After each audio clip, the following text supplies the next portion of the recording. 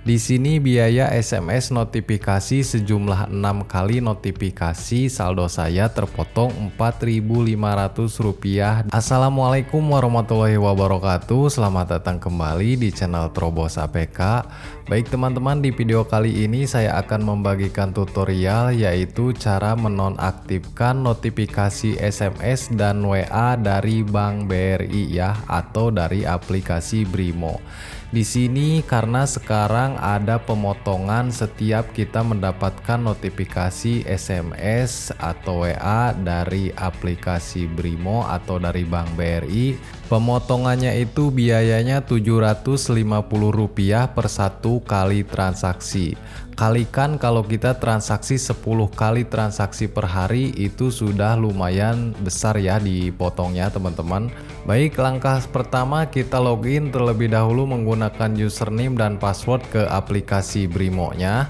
Nah, kalau sudah di tampilan seperti ini, di sini saya akan menunjukkan riwayat saldo saya yang sudah terpotong untuk biaya notifikasi sejumlah 6 kali ya teman-teman. Di sini saya mendapatkan notifikasi SMS sejumlah 6 kali transaksi, yaitu total 4.500. Nah, untuk menonaktifkan notifikasi SMS atau WA ini, teman-teman pastikan terlebih dahulu aplikasi Brimo yang teman-teman miliki saat ini itu sudah versi yang terbaru ya, atau sudah versi 2.77.0. Teman-teman bisa upgrade di Google Play Store atau e-Store. Lalu kita kembali ke menu utama. Di sini teman-teman bisa pilih semua rekeningmu, klik seperti ini. Di sini ada keterangan nomor rekening kita dan saldo kita. Kita bisa klik lihat detail. Nah, kalau sudah tampil seperti ini, di sini teman-teman bisa scroll ke bawah sampai mentok ya. Dan yang di paling bawah ini ada status notifikasi transaksi ya, seperti ini. Di sini teman-teman bisa klik langsung status notifikasi. Di sini ada notifikasi WhatsApp dan SMS teman-teman. Nah, tanda hijau di SMS ini yaitu tanda notifikasi SMS saya aktif, dan saya akan menonaktifkan notifikasi SMS ini. Caranya teman-teman bisa klik seperti ini. Di sini teman-teman bisa matikan tombol sampai berwarna abu-abu ya, yang warna biru ini sampai berwarna abu-abu.